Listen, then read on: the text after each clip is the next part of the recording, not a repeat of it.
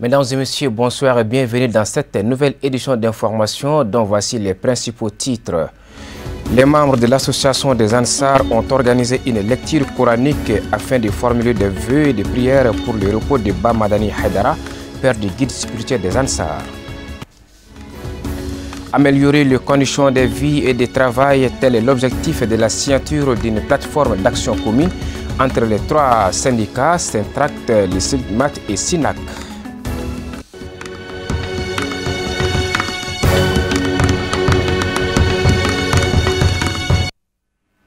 Mesdames et messieurs, bonsoir et bienvenue dans ce journal. Je vous le disais dans les titres, après la cérémonie de prêche organisée dans la nuit du 25 février, les membres de l'association des Ansar se sont donné un rendez-vous ce mercredi 26 février 2020 dans la mosquée chérifienne à Bankoni Djankinebougou pour une cérémonie de lecture du Saint-Coran en la mémoire de Ba Madani Haidara, père du guide spirituel des Ansar à Seri Chérif Ousmane Madani Haidara. On fait le point avec Boubacar Traoré, Baba Keita et Ablaye Sogodougou. C'est devenu une tradition à l'occasion de la commémoration du 26 février, date anniversaire du décès du feu Mohamed El Madani Haidara, père de Seyd Chérif Ousmane Madani Haidara, décédé le 26 février 1976. Une grande lecture du Saint-Coran est organisée à la grande mosquée chérifienne de Bankoni, en commune 1 du district de Bamako, afin de rendre hommage à cet illustre homme qui consacra toute sa vie à la promotion de l'islam. Nous sommes réunis aujourd'hui, le 26 deuxième mois 2020, à l'occasion de la commémoration du décès de notre grand-père qui est Mohamed Madani Haidara, qui est le père de notre guide spirituel Seyd Chérif Ousmane Madani Haidara. C'est par cette occasion que nous sommes réunis aujourd'hui. La joie dont nous avons actuellement au cœur est vraiment immense. Voilà, pour cet objectif aussi, nous avons toujours qu'à rendre grâce à Allah. Alors, par toute sa miséricorde qu'il a, comment dirais-je, effectué sur notre grand-père et sur tous les défunts musulmans. Bon, sur l'objectif que nous a réunis est ça, est organisé par l'association Ansardine. Ils ont maintenant cette habitude, il y a certaines années de cela, alors qu'ils commémorent à chaque année le décès de notre grand-père. Bon, nous avons seulement qu'à remercier tous les membres de l'association Ansardine et tous les musulmans qui viennent assister cette cérémonie à chaque année avec nous dans la grande famille Chérifla. Et sur ce, je tiens toujours à remercier tous ceux qui ont effectué le déplacement, venir célébrer, venir assister cette cérémonie avec nous.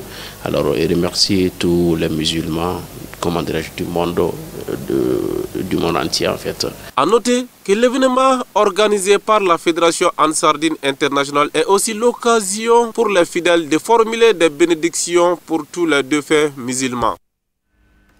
Le bureau du Haut Conseil islamique du Mali a reçu en audience à son siège une délégation de la Norvège. Entre les parties, il a été question du Mali, notamment le rôle que doivent jouer les acteurs impliqués dans le processus de la paix et la stabilité dans le Sahel et les autres régions en situation dégradante. Je vous propose d'écouter le secrétaire chargé aux relations extérieures du Haut Conseil islamique au micro de Loutou Sidibé. Alors, on est là avec une délégation de la Norvège pour essayer de comprendre un peu plus la situation au Mali, au Sahel. On suit ce qui se passe dans les médias, dans les rapports. On voit que la situation se dégrade plutôt que de s'améliorer. Et on essaie de voir les différents acteurs, qu'est-ce qu'ils font, quel rôle est-ce qu'ils jouent, et quel rôle est-ce que peut jouer donc le Haut Conseil islamique dans cette situation-là. C'est une rencontre qui a été très très intéressante. On a très bien échangé. On nous a expliqué le rôle du Haut Conseil islamique et je crois qu'on a vu qu'on a des valeurs communes et que les imams et le Haut Conseil islamique peuvent jouer un rôle important pour pouvoir parler et donner le message de la paix au Mali. Voilà, vous l'aurez compris, c'était plutôt la représentante spéciale de la Norvège pour le Sahel. Le syndicat autonome des administrateurs civils, le SINAC, le syndicat des travailleurs des collectivités territoriales Syntrac et les SULMAT ont signé une plateforme d'action commune ce mercredi 26 février 2020 au ministère de l'administration territoriale et de la décentralisation. Cette plateforme sera la nouvelle stratégie pour l'amélioration des conditions de vie et de travail des agents des collectivités territoriales. Un reportage de Mamadou, disons de Marietou Diallo et Sama Traoré. Cette synergie d'action entre les organisations syndicales de l'administration et des collectivités territoriales traduit leur engagement de défendre efficacement les intérêts moraux, matériels et professionnels des militants. Et je remercie également les doyens et secrétaires généraux pour avoir accepté la proposition et la démarche de leur cadet qui est le Syntrac. Nous en serons reconnaissants et nous vous rassurons déjà que les relations vont encore se raffermir comme par le passé. Le Syntrac a adhéré à cette plateforme de façon libre et volontaire, sans aucune pression, depuis les premières heures de la création du Syntrac. À l'époque, je n'étais pas à la tête, mais c'est une idée qui avait germé depuis. Comme on dit en Bamana, chaque événement a son jour. À tout seigneur, tout honneur, celui qui a une initiative, il ne faut jamais le lui voler. C'est le Syntrac qui a eu l'heureuse initiative. Même si on est très fort, même si on est très nombreux, si vous partez seul, vous serez écrasé par la puissance publique qu'est l'État. Nous sommes une seule et unique famille. Je ne crains pas de le dire, ce n'est pas par fanfaronnade qu'on le dit. À trois, nous sommes les syndicats les plus forts du Mali. À trois, nous pouvons faire plier l'échine à n'importe quel gouvernement du Mali. Et dans les temps les meilleurs, en un temps record.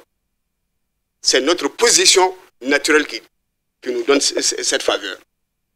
Certains syndicats ont fait des mois de grève. Si nous décidons tous aller en une semaine, je vous assure que toute la République va trembler. Donc, s'il y a la naissance de ces bébés, de cette union, nous ne pouvons que la partager avec nos meilleurs amis et nos actions, qui ne sont pas dirigées contre l'État, loin de là.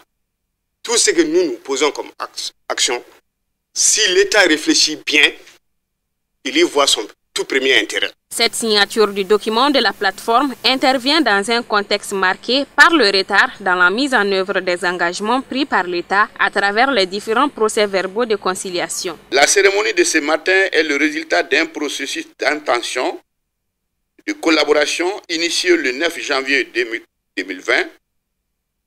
En effet, les responsables des trois organisations syndicales, soucieux du bien-être de leurs militants, conscients que l'amélioration de leurs conditions de vie et de travail demande des stratégies innovantes et de nouveaux modes opératoires, ont décidé de cheminer ensemble.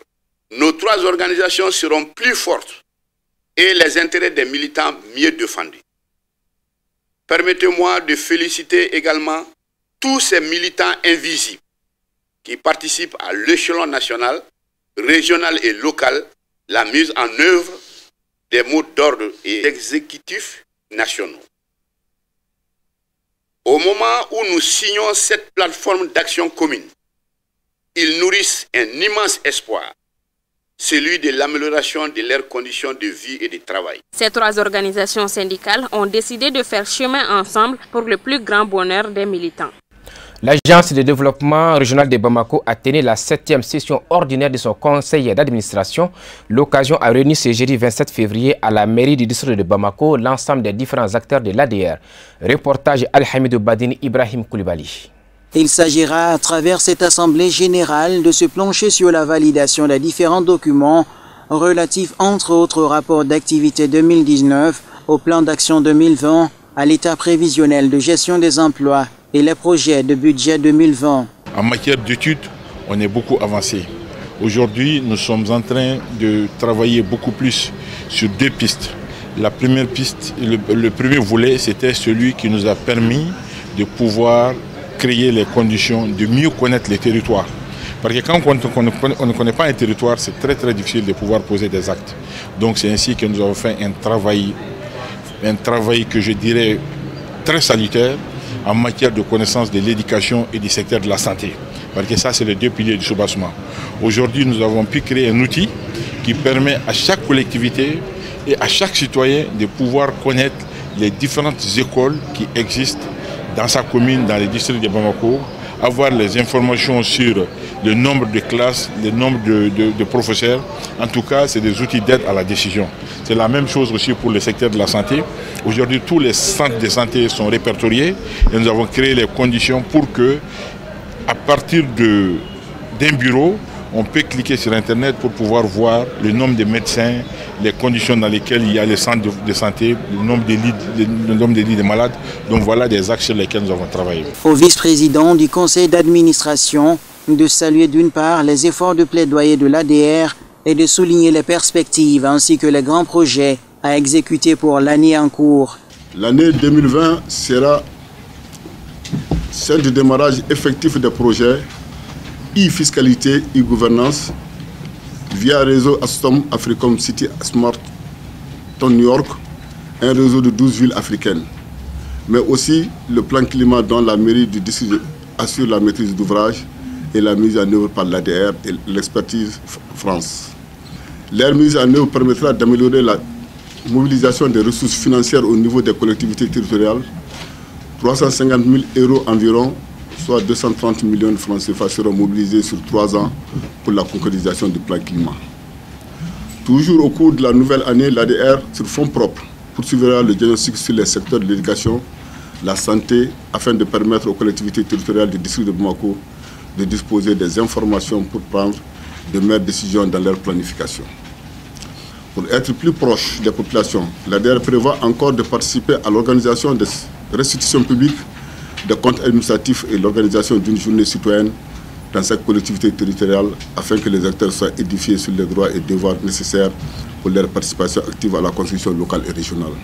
À l'entame de cette assemblée générale ordinaire de l'Agence de développement régional de Bamako, une minute de silence a été observée à la mémoire du regretté Mamadou Keïta, maire de la commune 1 du district de Bamako. Plus de 37 millions de francs CFA, c'est la valeur d'une morgue et des matériels sanitaires offerts au centre de santé communautaire de Djoro. La cérémonie inaugurale a réuni plusieurs personnalités. Pour plus de détails, voyons ce commentaire signé Oumou Koulsoum Djabi. Le centre de santé communautaire de Djoro, dans le sec de Ségou, vient d'être doté d'une morgue et des matériels sanitaires, dont de la fondation de Cheikh Mansour Haïdara de Sékou, qui vise à alléger les difficultés de la population. Souvent ici à décès, il peut trouver qu'il y a des gens, les ressortissants, les parents qui sont à Bamako, qui sont à Kaï, même à l'extérieur du Mali, mais on ne peut pas conserver. Donc on est obligé soit d'enterrer immédiatement parce qu'on ne peut pas garder le corps, ou bien aller à Markara ou bien à Ségou. Et il y a souvent des problèmes de transport, il y a des problèmes de corbière, ainsi de suite. Donc heureusement aujourd'hui, si on a cette morgue-là, donc les gens peuvent être tranquilles, même s'il y a un décès, on peut attendre les parents pour faire l'enterrement. Donc ça c'est bon déjà pour les parents et pour le moral de tout le monde. Une donation qui fait suite à la requête formulée par les membres de l'association pour le développement de Djoro. L'association a aussi formulé d'autres besoins, parmi lesquels notamment un bloc opératoire. Ce don a été fait aujourd'hui pour soutenir et soulager la population de Djoro et environ. La fondation restera toujours pour les soutenances. Merci et vivement pour l'année prochaine. Bien avant, une lecture du Saint-Coran avait rassemblé les fidèles de Djoro et de plusieurs villages environnants pour la paix et stabilité de notre pays. Voilà, c'est ce qui nous conduit à l'actualité internationale commentée par Marietou Diallo. Le gouvernement de Elias Fakfak a obtenu sans surprise la confiance du Parlement tunisien, un cabinet formé après 4 mois d'intenses négociations et qui doit se pencher sur de lourds dossiers socio-économiques et suspens. À l'ouverture de la plénière consacrée mercredi au vote de confiance, cet ancien ministre des Finances a affirmé que son gouvernement ambitionnait de réaliser l'intérêt suprême de la Tunisie et de lister les priorités de son équipe, la lutte contre la criminalité et le terrorisme, contre la hausse des prix, la pauvreté, la corruption ainsi que la relance de l'économie et la création d'emplois. L'ex-président égyptien Hosni Moubarak a été enterré mercredi après une cérémonie militaire et des hommages à celui qui a régné pendant 30 ans avant de quitter le pouvoir en 2011 sous la pression du printemps arabe. L'actuel président Abdel Fattah al-Sisi a mené une procession près de la mosquée Al-Mouchir Tantaoui dans l'est du Caire au son des coups de canon en hommage à Moubarak, décédé la veille à 91 ans dans un hôpital militaire du Caire. L'hommage a toutefois été critiqué par plusieurs militants pro-révolte sur les réseaux sociaux dénonçant la répression du mouvement en 2011 avant le départ de M. Moubarak. Pacifique, organisée, la présidentielle en Guinée-Bissau aurait pu passer pour exemplaire, mais un État chroniquement instable pouvait mal échapper à une nouvelle crise et, 2 mois après, attend toujours de savoir qui prendra la tête d'un pays confronté à l'innombrable défi. Dans un nouveau geste controversé, un candidat affirme qu'il se fera investir jeudi, malgré l'imbroglio persistant. La communauté économique des États d'Afrique de l'Ouest, CEDEAO, partenaire et médiatrice historique de ce pays à l'histoire chaotique, et les États-Unis ont félicité Umaro Sissoko Embalo, l'ambassadeur en janvier. M. Pereira et les PAIGC dénoncent, eux, des fraudes et réclament qu'on récompte les votes. La Cour suprême saisie a demandé la vérification des procès-verbaux. La commission électorale s'est exécutée et a confirmé à plusieurs reprises les résultats.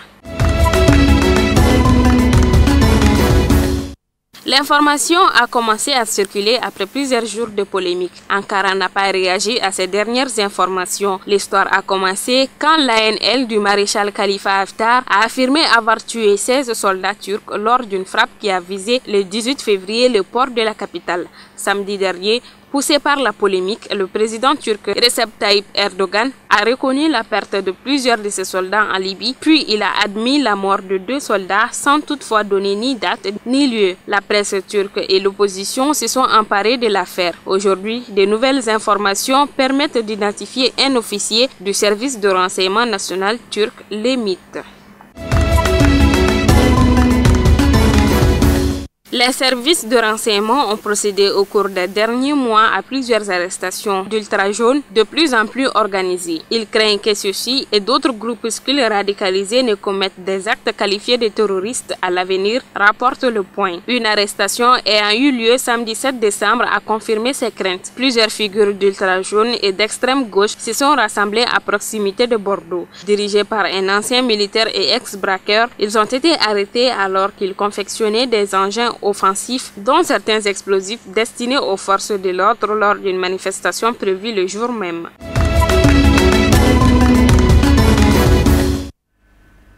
Voilà, c'est ce qui met fin à cette édition que nous vous remercions d'avoir suivi. Excellente soirée sur Chirf la télévision.